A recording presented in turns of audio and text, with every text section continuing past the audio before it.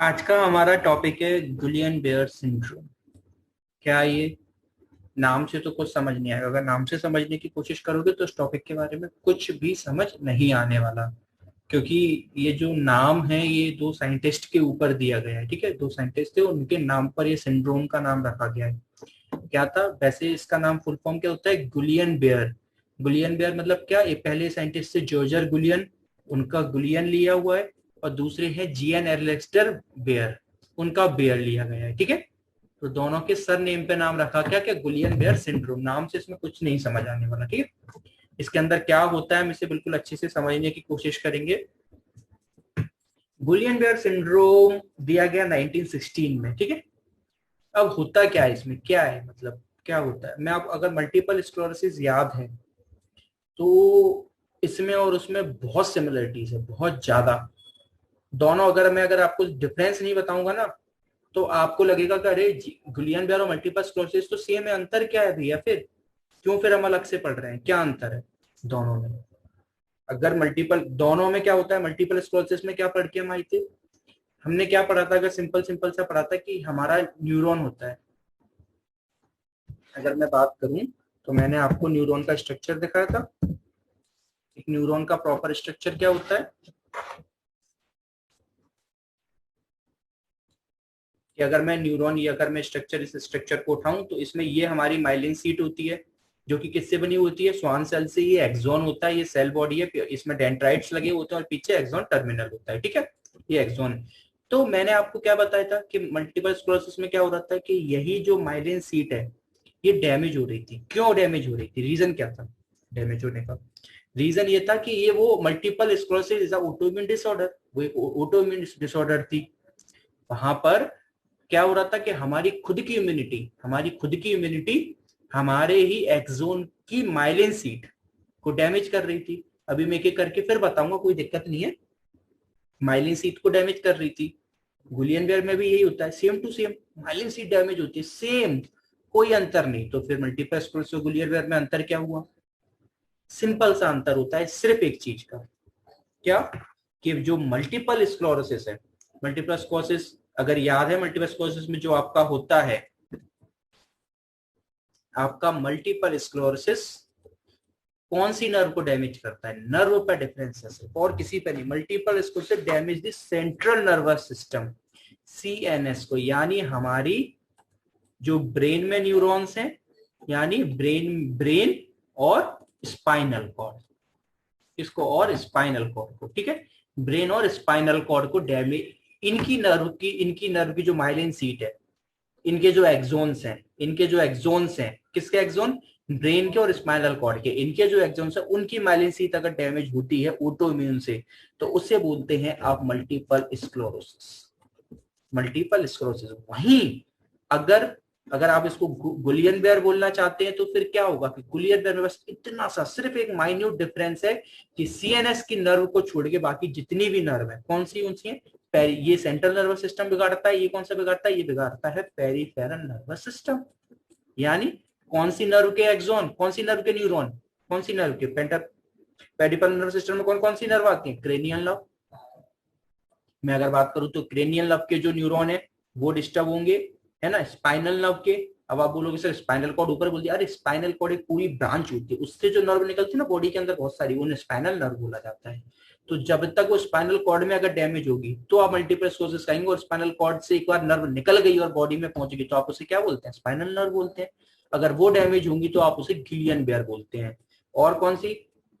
बोले आपका peripheral nerve, जितनी भी पेरिफेरल की नर्व है बॉडी में, जितनी ऑर्गन ऑर्गन सबको सप्लाई कर रही है, जो आपको सेंसरी, ये जो आपको, अगर मैं आपको टच कर रहा हूं तो आपको फील कैसे हो रहा है कि टच हो रहा है, गर्म है, सब किससे पता चलता है? पेरिफेरल नर्व से तो पता चलता है सारी। तो पेरिफेरल नर्व।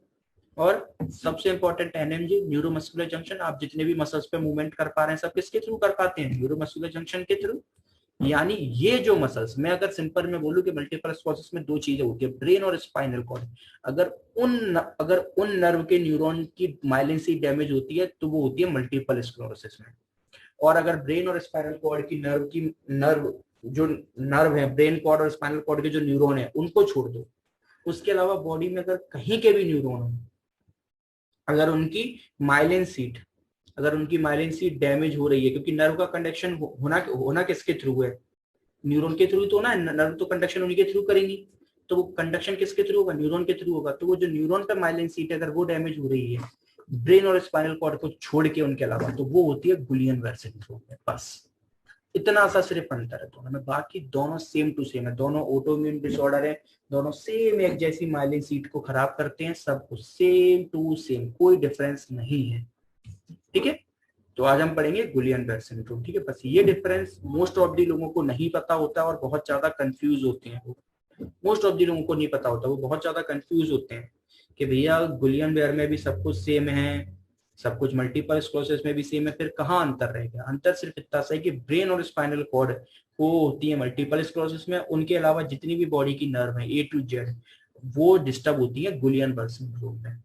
तो इसमें भी क्या डैमेज होने वाला है, बोले इसमें वो same damage, myelin sheath damage होती है। माइलिन सीट मतलब क्या, ये न्यूरॉन है हमारा, न्यूरॉन के डिफरेंट डिफरेंट पार्ट्स होते हैं, ये हमारा क्या एक्सोन है, ये हमारा यहाँ से एक्सोन है, सेल बॉडी है, ये डेंड्राइट्स हैं, तो ये माइलिन सीट है। बोले माइलिन सीट का क्या काम होता है, 3 काम होते हैं बहुत में सर, तीनों काम बात करें कौन से, पहला काम होता है प्रोटेक्शन प्रोवाइड कराना, प्रोटेक्शन, क्योंकि ये देखो प्रोटेक्ट कर रही है, क्योंकि एक आउटर कवरिंग है, ये न्यूरॉन को डैमेज होने से बचाती है, टूट ना जाए तो उनको डैमेज होने से बचाती है, पहली चीज। फिर दूसरी क्या करती है, दूसरी फ्रेमवर्क को मेंटेन करके रखती है। फ्रेमवर्क यानी क्या, एक न्यूरॉन को शेप और साइज उसका मेंटेन हेल्प करने में हेल्प करती है। तीसरा क्या करती है, तीसरा सबसे बड़ी चीज कंडक्शन में हेल्प करती है। बोले कंडक्शन में कैसे हेल्प करती है, क्योंकि हमें पता है न्यूरॉन्स का काम क्या है, एक इंफॉर्मेशन को ट्रांसफर करना, एक न्यूरॉन से दूसरे न्यूरॉन को इंफॉर्मेशन ऐसे ट्रांसफर होती रहती है, एक न्यूरॉन से दूसरे न्यूरॉन तीसरे, तो भैया वो तो एक्सोन ट्रांसफर करते हैं कि आगे अब इसके बाद एक न्यूरॉन इसका एक्सोन इसके एक्सोन टर्मिनल पर इंफॉर्मेशन भेजेगा, फिर ये वाले न्यूरॉन का एक्सोन दूसरे वाले एक्सोन टर्मिनल पे भेजेगा, ऐसे इंफॉर्मेशन ट्रेवल करती है एक्सोन टू एक्सोन। मगर ये तो एक्सोन टू एक्सोन हुई ना, मगर within axon within neuron में भी तो इंफॉर्मेशन ट्रेवल होनी चाहिए। एक्सोन तो न्यूरॉन, एक पहले न्यूरॉन से दूसरे न्यूरॉन पे इंफॉर्मेशन ट्रैवल कर रही है, ठीक है अच्छी बात है, मगर वो इंफॉर्मेशन इस एक्सोन टर्मिनल से लेके सेल बॉडी तक भी तो आनी चाहिए, तभी तो इंफॉर्मेशन वो अगली आप सेल बॉडी से दूसरे के एक्सोन टर्मिनल पे भेज पाओगे। तो वो इंफॉर्मेशन एक न्यूरॉन में कैसे ट्रांसफर हो पाती है, वो ट्रांसफर होती है माइलिन सीट की थ्रू। ये माइलिन सीट ही है जो इंफॉर्मेशन को क्या करता है, ट्रांसफर करता है। यानी अगर माइलिन सीट बिगड़ेगी तो क्या होगा कि अब इंफॉर्मेशन ट्रेवल नहीं हो पाएगी, अगर होगी भी तो बहुत स्लो, क्योंकि डिपेंड करेगा कि कितना परसेंटेज ऑफ डैमेज हो रखा है ना। अगर फुल डैमेज हो गई, नर्व पूरी तरीके से डैमेज हो गई तो फिर कुछ नहीं होगा, है ना।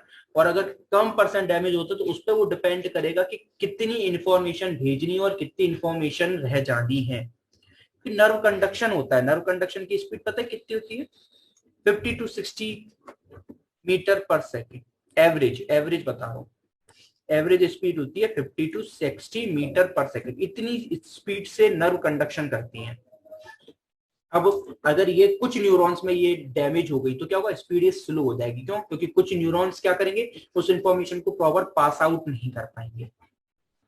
तो क्या होगा, अब 3 चीजें यहाँ पर, अभी ये टूट जाएगी तो वो न्यूरॉन की प्रोटेक्टिव मैकेनिज्म चली जाएगी, तो वो न्यूरॉन कंप्लीटली डैमेज, मर भी सकता है, मर गया तो फिर उसे काम ही खत्म, फ्रेमवर्क नहीं रहेगा, अगर वो रहेंगे भी तो फिर 100% फंक्शन नहीं कर पाएंगे अगर फ्रेमवर्क प्रॉपर नहीं है।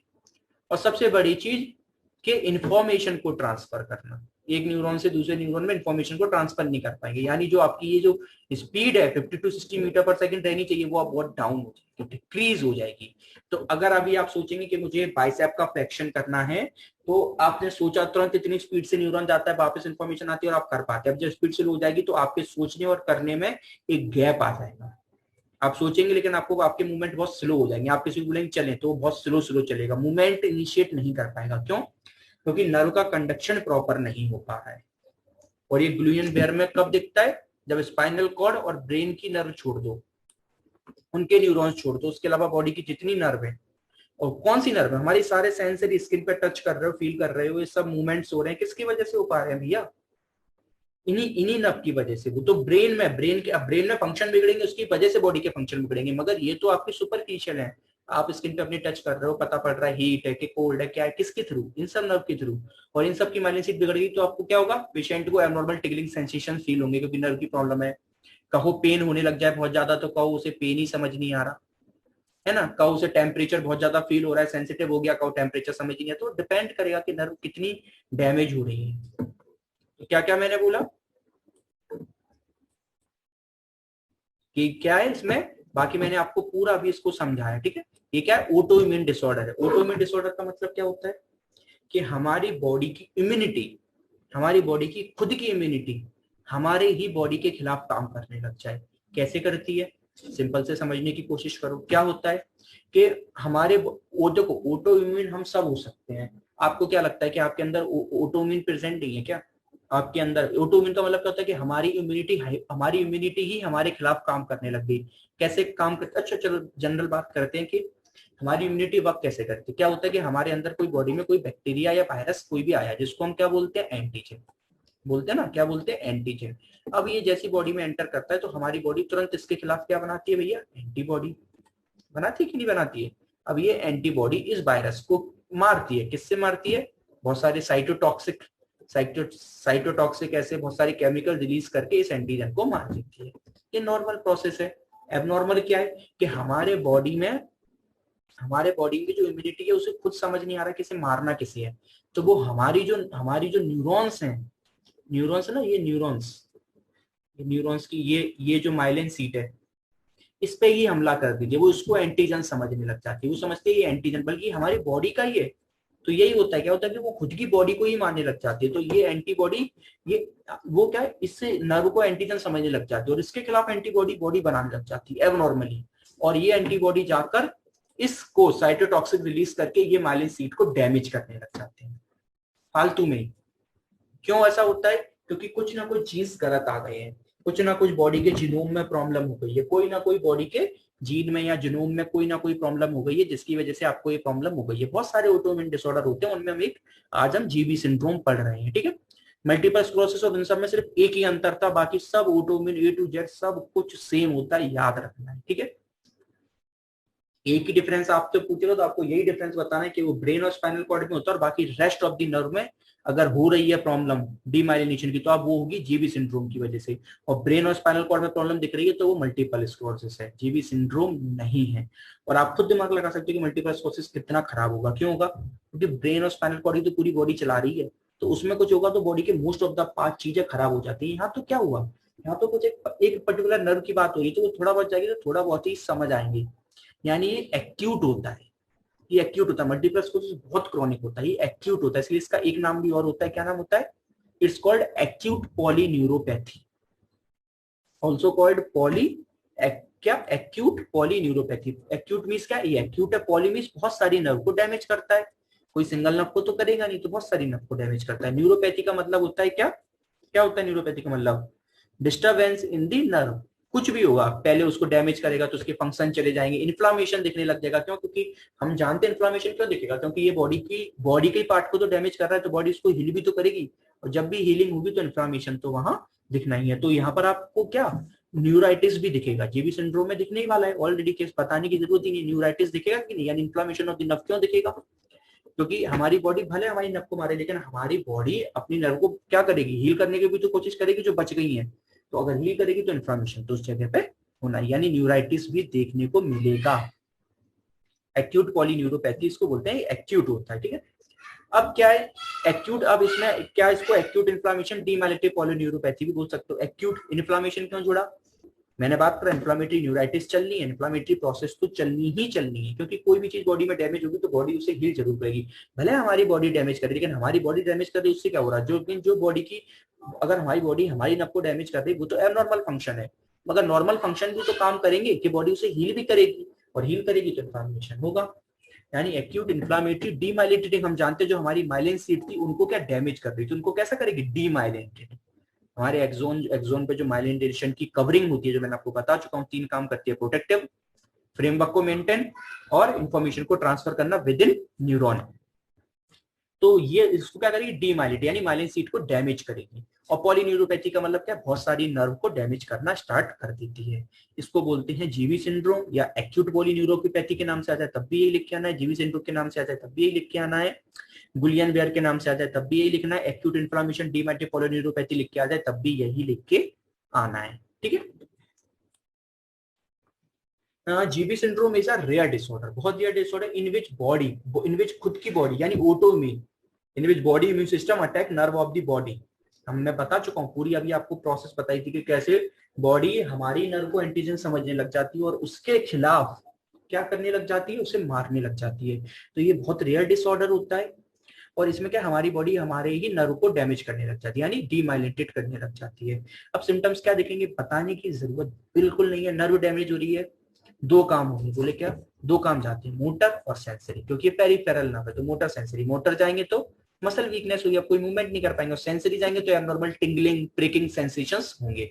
यानी वीकनेस क्यों होगा, क्योंकि मोटर फंक्शन लूज हो रहे हैं, और टिंगलिंग क्यों हो रहा है, क्योंकि सेंसरी फंक्शन लूज होंगे। ठीक है, तो weakness and tingling in extremities are usually the first symptom. Generally क्या हाथ पैरों में नजर आती है और ये इतनी ज्यादा क्रोनिक नहीं है। ठीक है, लेकिन अभी मैं बताऊंगा हाथ पैरों में नजर आती है तो उसका पैटर्न क्या है, कैसे आप समझोगे, सब कुछ हम इस पर बिल्कुल प्रॉपर तरीके से बात करेंगे। ठीक है, और क्या क्या बहुत सारी चीजें डिस्टर्ब होंगी। ठीक है, क्या होंगी, आपके मूवमेंट डिस्टर्ब होंगे, बिल्कुल होंगे। अगर मसल वीकनेस होगी तो क्या मूवमेंट कर पाओगे, क्या नहीं कर पाओगे, है ना। बहुत सारी नर्व जो आपके ऑर्गन पे सप्लाई कर रही है तो ऑर्गन के फंक्शंस लूज होंगे। इसलिए इसमें डेथ का मोस्ट कॉमन कॉज मालूम क्या बन जाता है, रेस्पिरेटरी फेलियर, क्योंकि जो नर्व लंग्स को सप्लाई करते हैं वो डैमेज हो गई तो लंग्स प्रॉपर वर्क नहीं कर पाते और आप रेस्पिरेटरी फेलियर की वजह से मर जाते हैं जीबी सिंड्रोम में।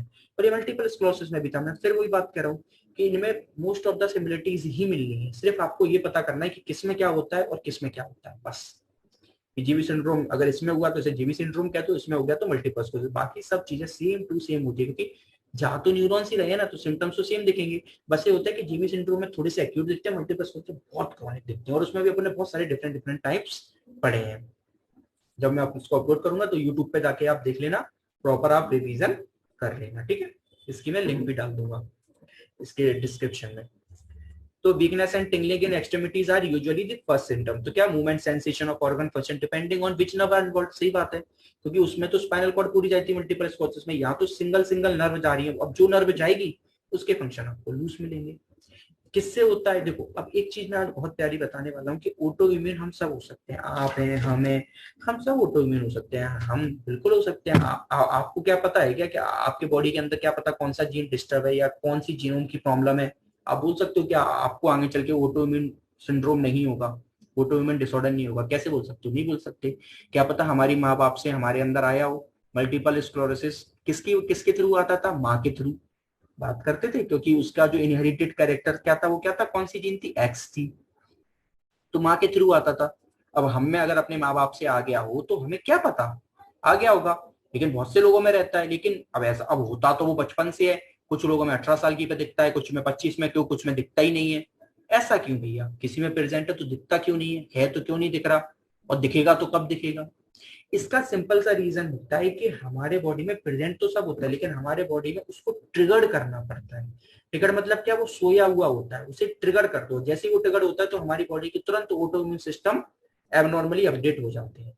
फिर ट्रिगर कौन करेगा, कोई भी ट्रिगर कर सकता है, कोई भी बैक्टीरिया वायरस। मालूम है, आप बिलीव नहीं करोगे, एक नॉर्मल वायरस आपके अंदर, कोल्ड का वायरस पहुंच गया जिसने जुकाम कराया, और उस कोल्ड के वायरस की वजह से आपको कहो जीबी सिंड्रोम हो जाए, मल्टीपल स्क्लेरोसिस हो जाए। अब आप बोलोगे भैया मेरे को जुकाम था, मेरे को जीबी सिंड्रोम मल्टीपल स्क्लेरोसिस कैसे हो गया। तो भैया वो वायरस ने नहीं कराया, वो वायरस ने सिर्फ ट्रिगर कर दिया। या वायरस, अब ये होता है कि अलग अलग बॉडी में अलग अलग डिपेंड होता है, कोई वायरस से ट्रिगर हो जाए, कोई बैक्टीरिया से ट्रिगर हो जाए, कहो कोई वैक्सीन से ही ट्रिगर हो जाए। अब बताऊंगा आगे कैसे, कोई के फंगस से हो जाए, कोई माइकोप्लाज्मा से हो जाए, कोई पैरासाइट से हो जाए, किससे भी ट्रिगर हो सकता है। सबकी अपनी अपनी मैकेनिज्म होती है, सबका अपना अपना अलग अलग रहता है। लेकिन वो जिससे ट्रिगर्ड हो गई तो एक बार फिर वो आपकी बॉडी में ऑटो इम्यून सिस्टम की प्रोसेस चालू हो जाती है। तो ये डिपेंड करेगा, डिपेंडिंग क्या होता है कि मैं फॉलो कहूँ कुछ लोगों में वायरल इन्फेक्शन के थ्रू, तो वेरिला जोस्टर वायरस, मम्प। अब मम्प से सोचो कितना कॉमन होता है, बहुत लोगों में खट्टी चीजें खा लीजिए वायरस आ जाता है, मम्प्स फूल जाते हैं, है ना। तो आप सोचो उसके थ्रू जीबी सिंड्रोम हो गया, तो आप बोलोगे अरे मम्स के वायरस से जीबी सिंड्रोम कैसे हो गया, कोल्ड के वायरस से जीबी सिंड्रोम कैसे हो गया। कोल्ड के वायरस से नहीं हो गया, उस वायरस ने एक्टिवेट कर दिया, आपके अंदर ऑटोइम्यून पहले से प्रेजेंट था, हमने यही मल्टीपल स्क्लेरोसिस में भी पढ़ा था कि मल्टीपल स्क्लेरोसिस भी ऐसी ऐसी नॉर्मली कोई वायरस बैक्टीरिया रहता है वो एक्टिवेट कर देता, तो आप क्या ये बोलोगे कि ये वायरस से मुझे क्या मल्टीपल स्क्लेरोसिस हो गया? नहीं, उसने बस एक्टिवेट करा, प्रेजेंट तो आपकी बॉडी में ऑलरेडी था। क्या बहुत सारे ऑल्सो एसोसिएटेड विद माइक्रोप्लाज्मा, कैंपलोबैक्टर, लिख लेना जितने मन में आए, इन्फेक्शन, इम्यूनाइजेशन, सोचो अब कितनी प्यारी चीज अगर आप मान के चलो। अब ये बहुत कॉमन होता है, मैं आपको आजकल के कोविड का टाइम चल रहा है तो यही बता रहा हूँ। कुछ लोगों में क्या होगा, कुछ लोगों ने कोविड की वैक्सीन लगवाई, ठीक है, अब उन्हें कोविड की वैक्सीन की वजह से कोई बहुत बड़ी, अब कुछ लोगों में देख रहे होगे कि बीमारी बन रही है, कुछ इक्का दुक्का लोगों में बीमारी बन जाती है। अब लोग क्या बोलते हैं, अरे वैक्सीन की वजह से बीमारी बन गई। नहीं भैया, वैक्सीन की वजह से बीमारी नहीं बन गई। वैक्सीन का तो वायरस का इनएक्टिवेट वायरस होता है, उसमें तो सिर्फ इतनी ताकत होती है कि वो आपके अंदर आपको प्रॉब्लम कुछ नहीं कर पाएगा। आपने देखा है आप कोविड की वैक्सीन लेने के बाद बुखार क्यों आता है? क्योंकि आपको लिटरली कोविड वाले सिम्टम्स आते हैं, सेम कोविड वाले, सिर्फ और सिर्फ इतनी कंडीशन में आते हैं कि आपकी इम्यूनिटी जग जाए उसके खिलाफ काम करने के लिए, कि आपकी इम्यूनिटी में बहुत अच्छी पावर होती है जिसे बोलते हैं मेमोरी। अगर आज आपको, क्योंकि बचपन में सोचो वैक्सीन लगा देते हो और आपको कहीं बुढ़ापे में भी जाके अगर आपको वो बैक्टीरिया वायरस आएगा ना, तो भी आपकी इम्यूनिटी 50 साल बाद भी याद रखती है कि अच्छा 50 साल पहले ऐसा कुछ आया था बॉडी में। तो बॉडी की इम्यूनिटी क्या करती है, सिर्फ कुछ टाइम पे जब आता है तो बॉडी अपने आप को डेवलप कर लेती है, यानी वो याद कर लेती है। अच्छा फर्स्ट टाइम में क्या है, उसकी क्वांटिटी कम होती है जब अपन वैक्सीन की फॉर्म में देते हैं, तो इम्यूनिटी को याद हो जाता है कि अच्छा ठीक है ऐसा कुछ आता है, तो वो अपनी पावर बढ़ा लेती है कि जब अगली बार सच में एक्टिव आएगा तो उसको मार देगी। तो इम्यूनिटी में भी क्या हो रहा है, यही हो रहा है। कोविड में क्या कर रहे हैं, आपको यही वायरस दे रहे हैं इनएक्टिव फॉर्म में, तो उससे क्या होता है कि आपके अंदर आपकी इम्यूनिटी जग जाती है। जब ओरिजिनल वायरस आएगा तो आपके अंदर इतनी ताकत है कि आप डर लोगे। इसलिए कुछ लोग क्या बोलते हैं कि वैक्सीन लेने के बाद भी कोविड हो रहा है। क्यों हो रहा है? इसलिए हो रहा है क्योंकि आपकी इम्यूनिटी लड़ेगी, फाइट करेगी, लेकिन ये गारंटी नहीं देगी कि आपको नहीं होगा, तो होगा जरूर, लेकिन अब आपकी बॉडी में इतनी ताकत है कि आपको मरने नहीं देगी, आपको हॉस्पिटलाइज नहीं होने देगी। समझ आ रहा है? इसीलिए आपको वैक्सीन लेने के बाद भी कोविड हो सकता है, बिल्कुल हो सकता है, ठीक। तो वो लेकिन क्या है, लेकिन आपकी बॉडी उससे प्रोटेक्ट तो करेगी, आपकी बॉडी में इतनी ताकत आ गई है कि वो फाइट करेगी, हार नहीं मान देगी। तो ऐसे ही डेड वायरस, ऐसी तो यही हो रहा है कि आपने वैक्सीन लगवाई, उसकी वजह से किसी को कोई डिसीज हो गई, आपको क्या बोलेगा, अरे हमने वैक्सीन लगवाई इसकी वजह से बीमारी हो गई। वैक्सीन की वजह से नहीं हो गई, वो बीमारी आपके अंदर एक्टिव इनएक्टिव फॉर्म में थी, वो वैक्सीन गई जिसकी वजह से वो एक्टिवेट हो गई। इन केस अगर उन लोगों में वो वैक्सीन एक्टिवेट कर दे तो, क्योंकि मैंने बोला हर किसी में अलग अलग होता है, हर किसी का, किसी कोई कहो कि कोई सिर्फ बैक्टीरिया से ही हो, कहो कोई वायरस से ही हो, कहो वो वायरस में कोई प्रॉपर उसी से एक्टिवेट हो, तो वो डिपेंड करता है ह्यूमन टू ह्यूमन, ठीक है। ये सबकी अलग अलग मैकेनिज्म है।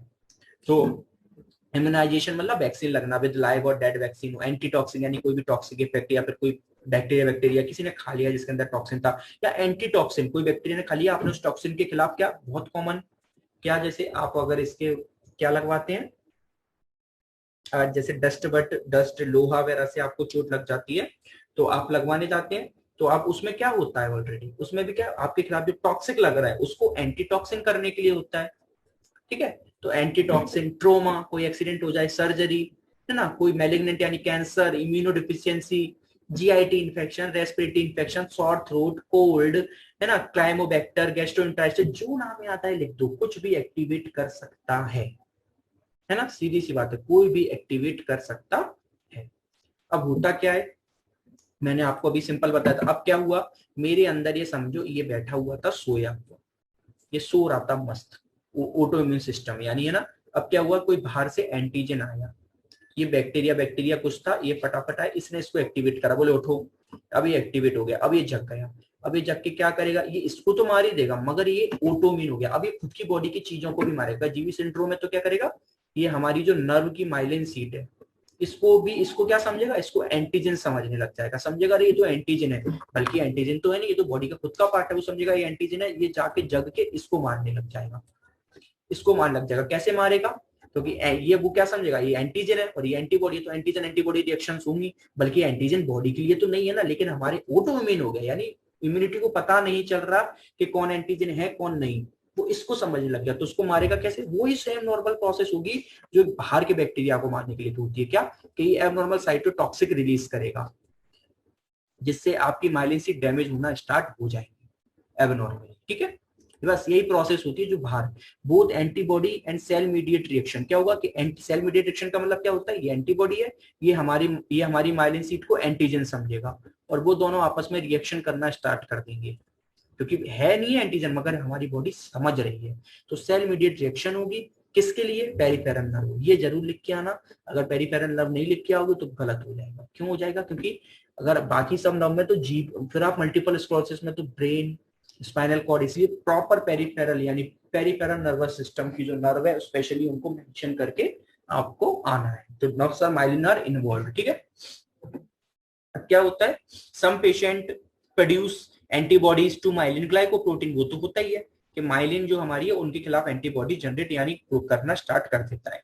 अब होगा क्या, मोस्ट कॉमन सेगमेंटल डीमाइलिनेशन होना स्टार्ट हो जाता है। सेगमेंटल डीमाइलिनेशन का मतलब ये होता है कि हमारे ये एक्सोन है, ये पहले इस एक्सोन, पहले वो सॉरी एक्सोन बोला, ये हमारी माइलिन सीट है, किसकी बनी है, स्वान सेल्स की बनी है ना। माइलिन सीट स्वान सेल्स की तो बनी होती है, तो पहले इसको मारेगा, पहले ये डैमेज होगी, फिर ये डैमेज होगी, ऐसे ऐसे करके डैमेज करेगा। सीवियर फॉर्म ये भी हो जाता है कि माइलिन सीट डैमेज होने के बाद एक्सोन भी डैमेज करने लग जाते हैं, सोचो। और एक बार एक्सोन डैमेज होने लग गया तो कितना खतरनाक हो जाएगा आपके लिए अभी। और डिपेंड करता है, इसलिए मैं बोल रहा हूँ कि अगर माइलिन सीट सपोज 4 है, अगर एक ही डैमेज करी तो यहाँ पर स्पीड सिर्फ स्लो हो जाएगी, बंद नहीं होगी। चारों की चारों करती तो फिर स्पीड बहुत ज्यादा खत्म हो जाएगी।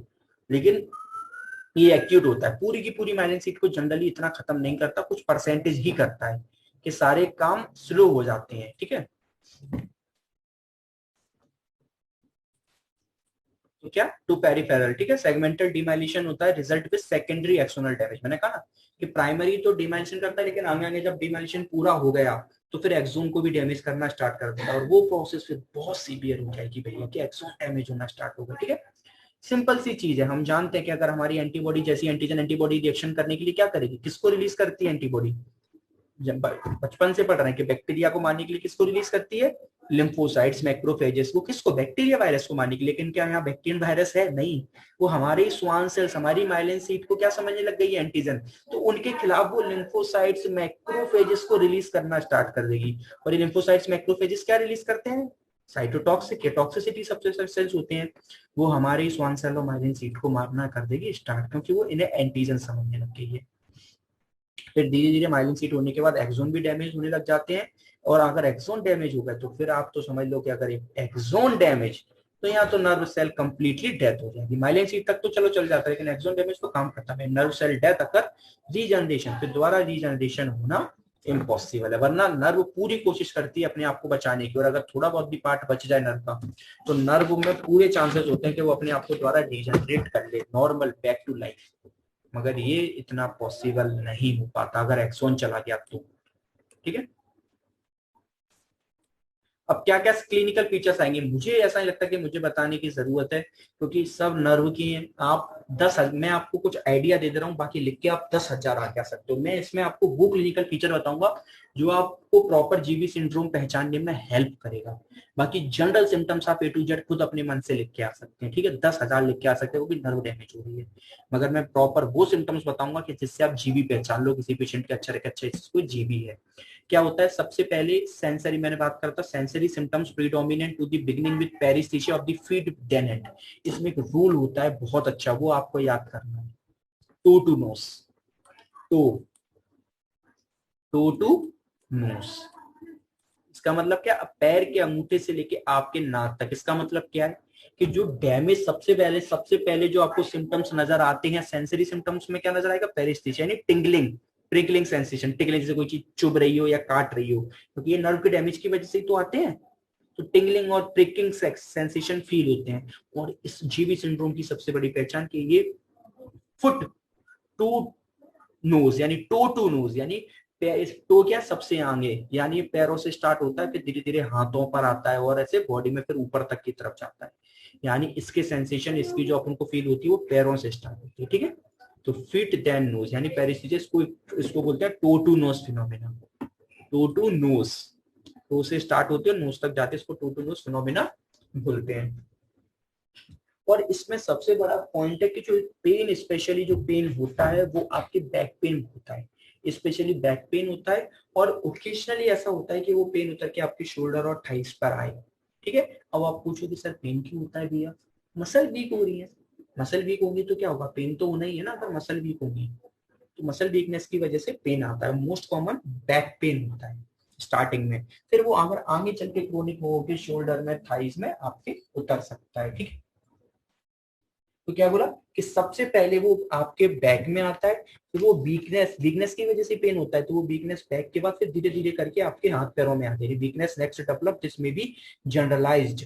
तो वीकनेस फुल बॉडी में आनी है, मगर वो जनरली क्या होती है कि पहले शोल्डर और ऐसे बड़े बड़े जॉइंट्स को पहले अफेक्ट करती है, फिर धीरे धीरे छोटे छोटे जॉइंट्स में वीकनेस आती है। क्योंकि अब आप बोलोगे ऐसा क्या होता है कि जो बड़े बड़े जॉइंट में बहुत सारी मसल्स होती हैं, और मसल्स वो थोड़ी वीक हुई तो आपके जॉइंट्स में तुरंत वीकनेस नजर आने लग जाती है। लेकिन स्मॉल जॉइंट्स में इतनी ज्यादा मसल्स काम करती नहीं और आप इतना काम भी नहीं, लोड भी नहीं लेते, तो इसलिए आपको छोटे मोटे जॉइंट्स में बाद में दिखते हैं। तो स्टार्टिंग में आपको प्रॉक्सिमल जॉइंट्स में सबसे ज्यादा देखने को मिलेंगी। और आप खुद इतना सा जानते हो कि अगर एक बार मसल वीक होगी, अगर मसल वीक होगी तो हमारे जितने भी रिफ्लेक्सेस हैं वो सब कैसे हो जाएंगे, डिप्रेस्ड हो जाएंगे। कौन से रिफ्लेक्स डिप्रेस होंगे, सुपरफिशियल कि डीप? Deep reflex. क्यों? क्योंकि सुपरफिशियल रिफ्लेक्स तो आपके सेंसरी आउटपुट्स पे चलते हैं, लेकिन डीप रिफ्लेक्स आपके मसल्स पे चलते हैं, तो मसल पावर पे काम करते हैं। तो आपके जितने भी टेंडन रिफ्लेक्स का मतलब क्या, जो नी रिफ्लेक्स है कौन से टेंडन पे चलता है, पटेलर टेंडन पे। तो आपके ये जो पटेलर टेंडन के रिफ्लेक्स हैं, बाइसेप के हैं, ट्राइसेप्स के हैं, नी रिफ्लेक्स, टेंडो एक्लियस रिफ्लेक्स यानी किसका, एंकल का रिफ्लेक्स। तो ये सब आपको या तो अपसेंट या डिप्रेस्ड कब मिलेंगे, जब वीक हो। अपसेंट मतलब कि मसल काम ही नहीं